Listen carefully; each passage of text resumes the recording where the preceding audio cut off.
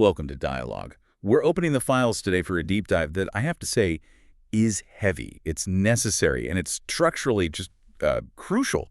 We are looking at an intensive analysis that doesn't just compare two periods of profound human tragedy, the Holocaust and the current destruction in Gaza. Instead, it pulls back the curtain on the underlying machinery, the very infrastructure that allows mass harm to happen in places that see themselves as completely rational and civilized. That's the critical distinction, isn't it? We have to emphasize that right away. Our goal isn't a surface-level comparison of historical misery. That serves no real analytical purpose. This is a rigorous, almost dispassionate analysis of the mechanisms themselves. The mechanisms. Exactly. The core thesis here is pretty stark. It suggests that mass atrocities aren't primarily the result of, a uniquely evil population or some monstrous demonic leader. They're the predictable output of social, psychological, and institutional systems. Systems, not people, systems. Yes, systems that transform existing grievances and power imbalances into normalized industrial-scale mass harm. And here's the darkest part. They do this while meticulously preserving the moral self-image of everyone involved in the plan. Okay, let's unpack this slowly, because the goal here is applied knowledge for you listening. Our mission today is to see the process, the infrastructure, and the administrative policy behind the tragedy. The idea is to be able to recognize the machinery of mass harm, even when it arrives disguised, as this analysis suggests it does, as a necessary act of security or some unavoidable necessity. It's about gaining a structural vocabulary so you can identify the pattern, not just, make a moral judgment after it's already too late. Right. So where do we start? Let's talk about the preconditions. I mean, what is the tinder, the social environment that allows the fire to even be lit? The first mechanism the analysis identifies is this idea of collective trauma as political capital. It's a profound concept. Historical trauma, which you'd think would be the deepest source of empathy and caution, is instead politically organized and, frankly, weaponized. And what's truly fascinating there is that the trauma itself isn't the direct cause. It's the highly orchestrated narration of that trauma. It's how it's aimed. How it's aimed. Okay, explain that. Well, let's look at the Holocaust context first. The material highlights Germany emerging from post-World War I. I mean, you have a nation that was crushed by the Treaty of Versailles, staggering under hyperinflation. A total loss of national identity. A crushing, destabilizing loss. This wasn't just economic pain, it was a profound national psychological injury. And crucially, the political machine at the time didn't try to heal that injury. It did the opposite. It successfully redirected that collective sense of humiliation and pain toward a specific group. Yes, and the analysis is very clear on this. The political structure frames Jewish people not just as, convenient scapegoats, but as an existential threat. The secret cause. The secret cause of the nation's decline, actively undermining its survival. So the pain of the nation was weaponized to justify future aggression against that target group. So it's the difference between trauma as a memory and trauma as a political mandate. That's the perfect way to put it. And if we connect this to the broader picture today, we see the structural parallel in the Gaza context. Jewish historical trauma, the Holocaust, pogroms, the constant struggle for a secure existence, it's all transformed into a permanent, ironclad security narrative. And very effective one. Incredibly effective. The analysis points out how this trauma is used as an untouchable moral shield. And what that does is it effectively prevents deep structural criticism from the outside, because any critique can be immediately countered with a historical existential threat. And that's where the analysis gets really structural, because it's not just a shield. The narrative successfully reframes the current conflict.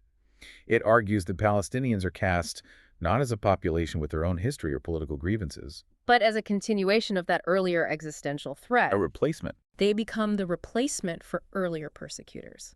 And this is key. It means the past threat is perpetually present. It means it has to be dealt with as if the worst-case scenario were still present danger. Wow.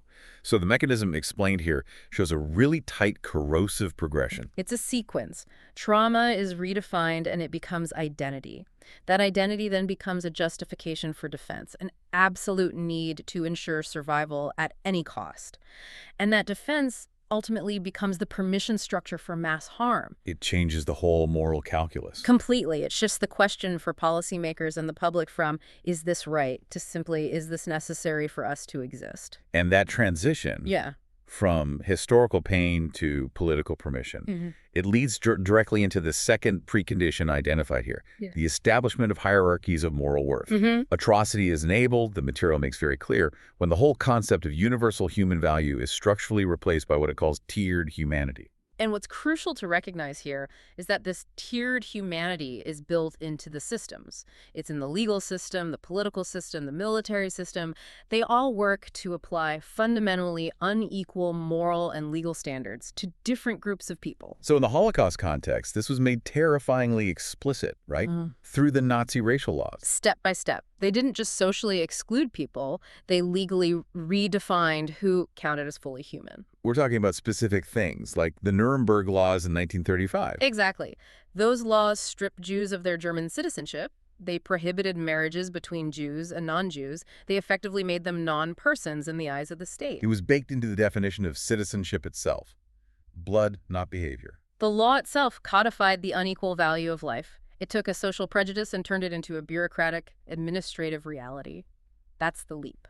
So bringing that forward, the Gaza parallel shows this same kind of legal stratification, where a person's humanity is effectively conditional on their identity. Yes, and the resulting system mandates vastly different realities based on where you live and who you are. We're talking about different rights of movement, different legal court systems you're subject to, even different access to basic resources like water or electricity. It creates the structural foundation for unequal suffering. That's the key takeaway from the analysis. The system is engineered so that unequal suffering is the inevitable outcome of its day-to-day administration. Wait, so are you saying that you don't even need to explicitly plan for mass murder to activate this kind of structure? Can just setting up this tiered system be enough? Absolutely. The material stresses this point. You do not need an explicit ideology focused only on immediate extermination to enable atrocity down the line. All you need is a legally and administratively enforced hierarchical moral worth. That's a terrifyingly simple idea. It is, and it's the analytic insight that really separates this kind of structural analysis from just, basic historical observation. So what's the dangerous sequence then? How do these legal differences turn into mass tragedy? The dangerous sequence is this. Once moral worth is institutionally defined as unequal, then unequal suffering becomes tolerable. Tolerable. If one group is viewed, legally and politically, as inherently less valuable, their pain just doesn't register with the same moral or political weight. And once that suffering becomes tolerable, the bureaucracy can then formally convert that tolerability into policy. So it's not moral decay. It's the architecture of moral nullification. That is the perfect phrase for it. It's not a bug, it's a feature of the system that's been built. Okay, so once the preconditions are set, the historical injury is aimed, the moral hierarchy is established in law, the system then moves to activation. And the first, and maybe the most cognitively difficult step here, is dehumanization as cognitive infrastructure. We often think of dehumanization as just, raw emotional hatred, a frenzied mob yelling slurs. But this material frames it as something much colder, much more administrative. It calls it cognitive simplification. It is entirely about simplifying the moral math required for mass harm to happen at scale. Think about it. If every potential victim remains a complex individual, a person with dreams, a family, a history, the moral and emotional cost of mass violence is just overwhelming for the perpetrator. It's too much to handle. It's too much. Dehumanization offers a rapid institutional shortcut. You eliminate the cost of empathy. So in the Holocaust context, this simplification was achieved by framing Jews not just as antagonists, but specifically as disease, vermin, or an abstract contagious threat. And those aren't just insults. The analysis really stresses that they are administrative categories. They define a group as disposable without moral consequence. Right, it's a functional category. Precisely. This abstract framing Jews as typhus, Jews as vermin, it allowed perpetrators all the way up and down the chain of command to participate without experiencing that moral overload. They weren't murdering people, they were executing a necessary function. They were just cleaning up. Eliminating vermin, excising a disease, performing pest control.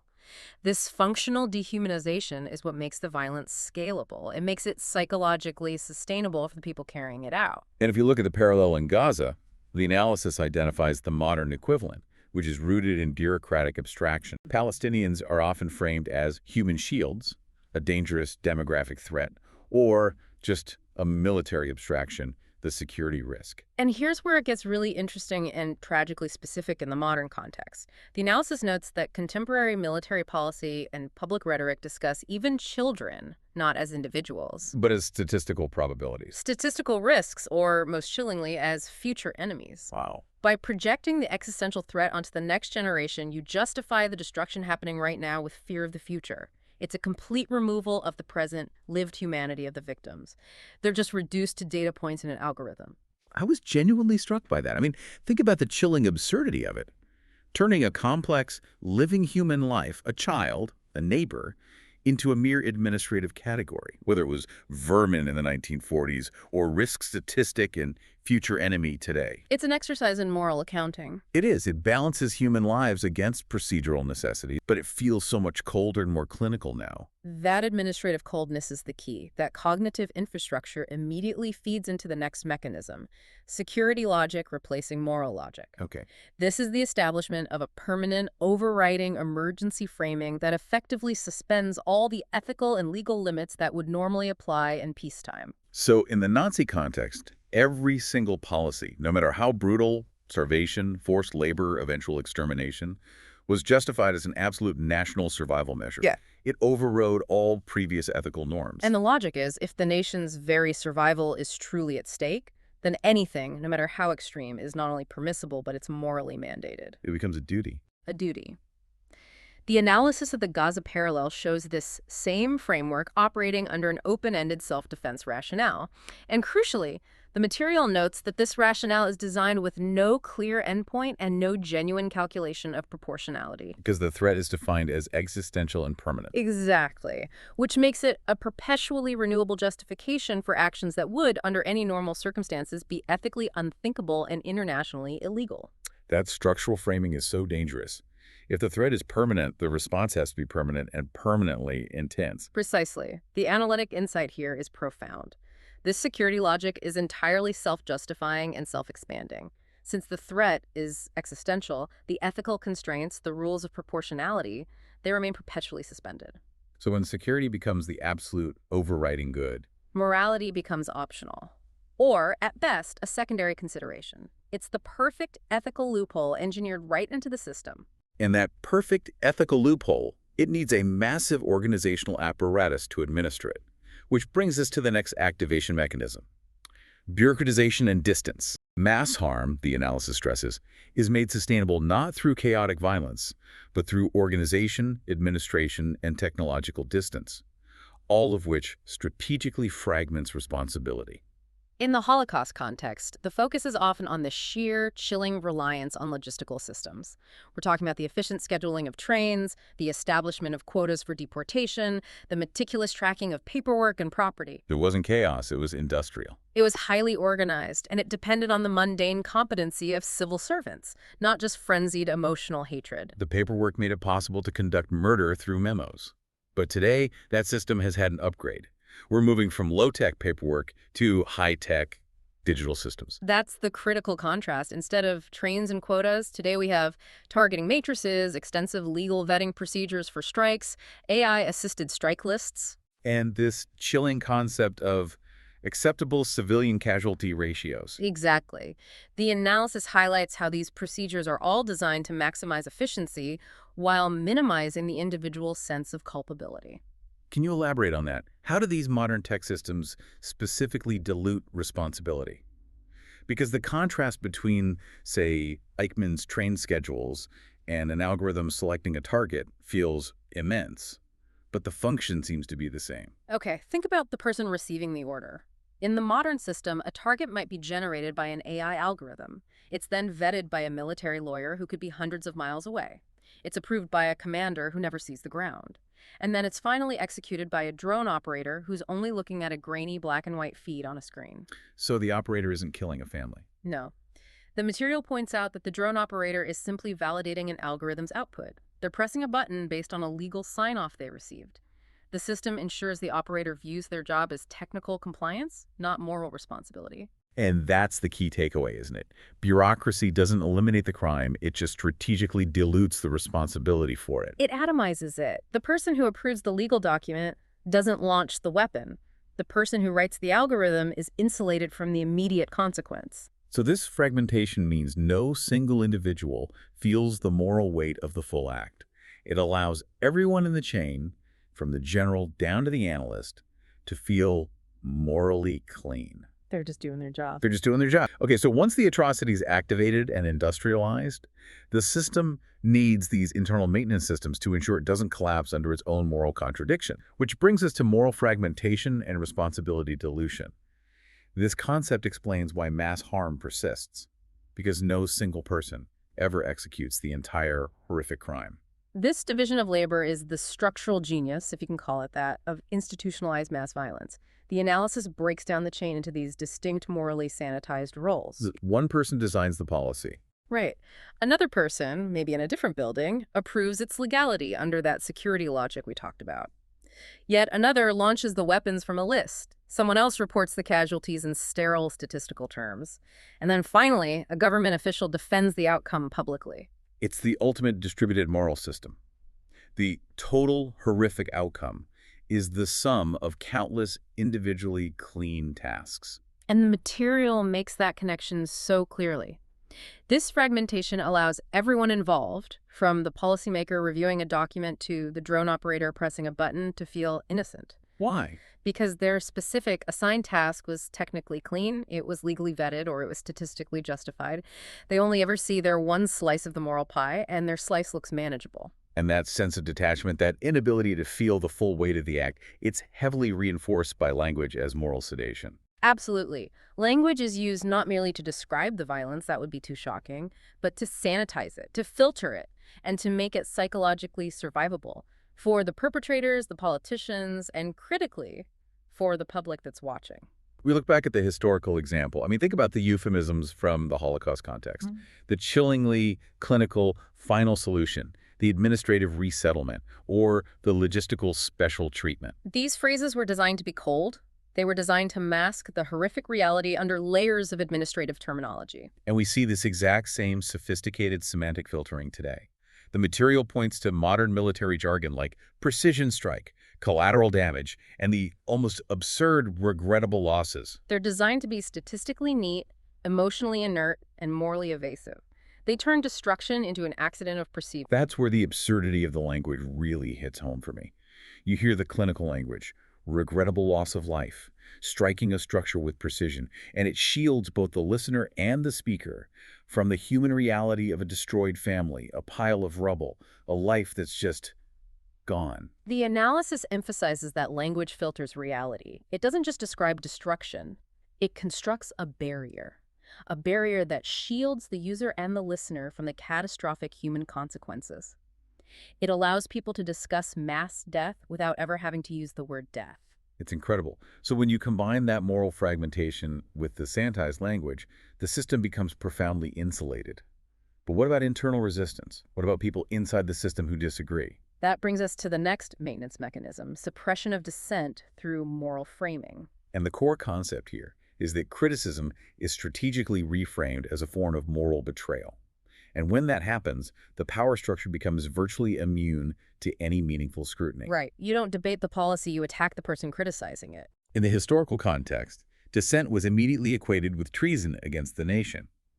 And any perceived sympathy for the victims was framed as the ultimate betrayal of your own people. It completely shifted the moral axis. The logic becomes, if you care about the victim, you clearly don't care about us. And the parallel today reveals this same mechanism, just operating with modern tools.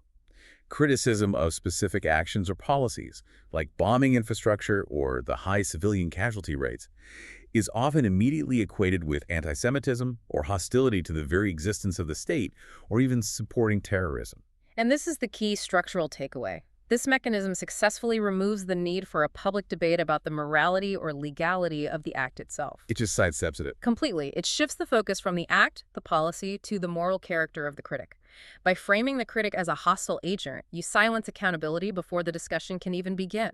It's a high-level moral deflection tactic. So we've covered how the system maintains its internal cohesion and silences its internal critics. Now we have to confront how the outside world enables this to continue. That's the role of bystanders and allies. Atrocities persist not only because of the perpetrators, but because powerful external actors know what's happening, they enable it, and they delay any meaningful intervention. The historical evidence here is pretty stark. During the Holocaust, the material shows that the Allied powers had considerable early knowledge of the atrocities, but they acted slowly. They often justified the delay with logistical, strategic, or even political excuses. They didn't stop it, and their concern, while perhaps real on some level, was not commensurate with the scale of the action that was required. And today, in the Gaza context, the analysis draws a parallel to Western governments that are providing the essential functional fuel for the conflict. The fuel, exactly. Vast amounts of weapons, critical funding, and maybe most importantly, diplomatic cover. Vetoing resolutions at places like the United Nations while at the same time expressing symbolic rhetorical concern about the humanitarian situation. It's a devastating structural critique of international relations, isn't it? It is. The functional actions, providing the means and the political immunity, are completely separated from the stated intent, which is the expression of concern or sympathy. They're speaking out of both sides of their mouth, but only one side has material consequence. That separation of action and rhetoric creates a profound moral contradiction for the Allies themselves. What's the final stark conclusion on this dynamic? The material delivers a provocative phrase that I think needs to be understood with its full weight. It says, "Concern without consequences functions as endorsement with manners." Wow. Say that again. Concern without consequences functions as endorsement with manners. It's the very definition of enabling behavior. Offering rhetorical sympathy while functionally ensuring the harm continues through material and political support. It ensures the system can keep operating, shielded from the judgment of the international community. And that external enabling feeds right back into the personal internal process we talked about earlier, psychological self-preservation. The sources remind us that most people, the general population, the mid-level administrators, the political supporters, they defend these things not out of sadism or cruelty, but to protect their own identity and their moral self-image. Because admitting that one's government, one's community, one's group is engaged in mass harm is an existential internal threat. It threatens your sense of belonging, your entire worldview, your personal sense of innocence. The cognitive cost of accepting that truth is just immense. So the analysis frames this as a personal choice for the individual citizen. What's the path of least resistance? The choice is laid out clearly. You can either face a painful existential reckoning that requires you to redefine who you are, who your nation is, what you believe, or you can choose avoidance, denial, and rationalization. And the easier path is obvious. The easier path, psychologically and socially, is to avoid it. To choose not to know or to believe the official, sanitized narrative provided by the language and the bureaucracy we've been discussing. And this is the crucial step. This is how millions of normal people participate in maintaining the system of mass harm without ever feeling like they've committed an evil act themselves. We've broken down the mechanisms, from aimed trauma to bureaucratic distance and psychological self-preservation. This brings us to the final and maybe the most painful question the material poses. If the world adopted never again after the Holocaust as a foundational moral promise, why didn't Holocaust memory prevent this? Why are these same structural mechanisms repeating themselves? The analysis suggests the failure point lies in how we've chosen to memorialize the event. Holocaust memory was intensely moralized, but it was not structurally mechanized, meaning the lesson became purely ceremonial. It became commemorative rather than a practical structural blueprint for prevention. We focused almost exclusively on the end outcome. The images that define the tragedy for us are the gas chambers, the piles of bodies, the death camps.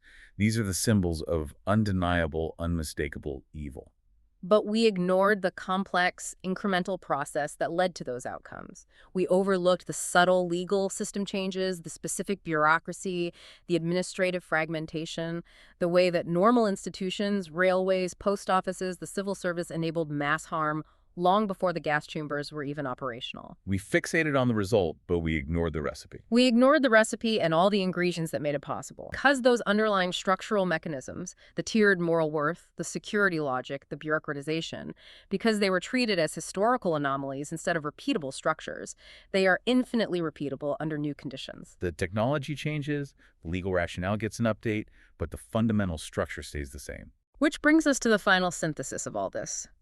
The deep, troubling lesson of history, according to this analysis, is that genocide and mass atrocity are not a breakdown of civilization. They're civilization operating without ethical limits. Exactly. The modern industrial state, with its capacity for organization and abstraction, is perfectly suited to execute mass harm. And the tragedy in Gaza, according to this analysis, is demonstrating precisely how these same mechanisms, updated, technologized, legally refined, can operate again while the participants, both internal and external, comfortably preserve their moral self-image. They're not waiting for evil, they're executing policy. That's it. So the final necessary statement from all this is, it's a warning. It's a warning. Atrocity rarely announces itself as pure mustache-twirling evil. It arrives disguised as carefully vetted policy, necessary procedure, and unavoidable necessity. If you're waiting for atrocities to look unmistakably evil, with historical uniforms and obvious symbols of hatred while they're actually happening, You will always be too late. The time to recognize the machinery is when it's running efficiently, disguised as security and administration. that's structural recognition. Seeing the process, the procedures, the subtle moral calculations, rather than waiting for the unmistakable symbol of evil, that is the core essential insight we have to take away from this difficult deep dive. Thank you for taking the time to grapple with this crucial material. If you enjoyed this conversation, please like, subscribe, and share this video. Also, let us know in the comments what really stood out to you in this conversation, and if there's any related topic or new topic that you would like covered in a future video.